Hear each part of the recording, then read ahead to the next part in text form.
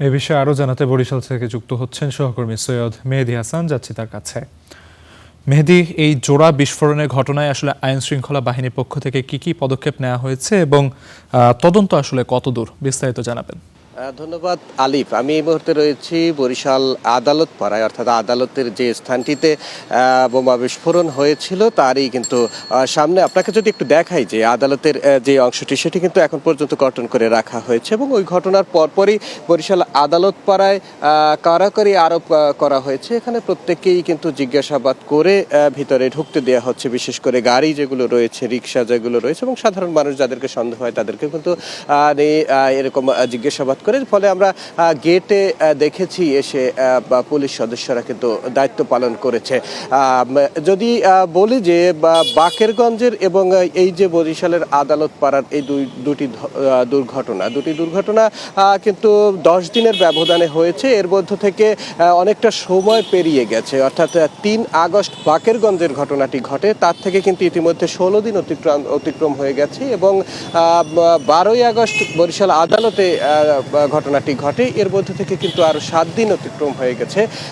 এর প্রেক্ষিতে এখন পর্যন্ত কোনো আটকের তথ্য আমাদেরকে আইন শৃঙ্খলা রক্ষাকারী জানাতে পারেননি। তবে বাকেরগঞ্জের ঘটনায় সেখানে যে একজন নিহত হয়েছে সেই ঘটনায় নবনিযুক্ত রেঞ্জ ডিআইজি এবং পুলিশ সুপার দুজনেই কিন্তু জানিয়েছেন যে তারা ফরেনসিক রিপোর্টের জন্য অপেক্ষা করছে, এই যে সেখানের বিস্ফোরণটির যে ধরন সেটি বোঝার জন্য। এছাড়া তারা স্থানীয়ভাবে 3টি পদ্ধতিতে এদেরকে শনাক্ত করার চেষ্টা করছে। এর মধ্যে তারা প্রথমে চিন্তা করেছিল যে রাজনৈতিক বিরোধের কারণে এই বিস্ফোরণটি হতে পারে কিনা, আবার কোনো জঙ্গি সংশ্লিষ্টতা রয়েছে কিনা সেটিও কিন্তু তারা খতিয়ে দেখছেন এবং পারিবারিক কোনো বিরোধ রয়েছে কিনা। তবে এই 3টি জায়গা থেকে এখন পর্যন্ত কিন্তু কোনো সমাধানে তারা আসতে পারেনি।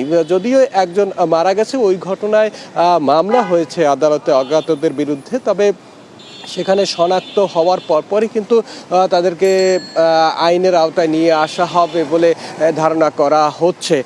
এবং আদালতের যে ঘর বিস্ফোরণটি, এটি কিন্তু বরিশালের ইতিহাসে এই প্রথমবার আদালতে কোনো বিস্ফোরণের ঘটনা ঘটেছে। সেদিনকার অর্থাৎ 12 আগস্ট কিন্তু এভাবেই জনাকীর্ণ আদালত ছিল এবং এই আদালত চত্বরে বিস্ফোরণটি ঘটেছিল 10টা নাগাদ।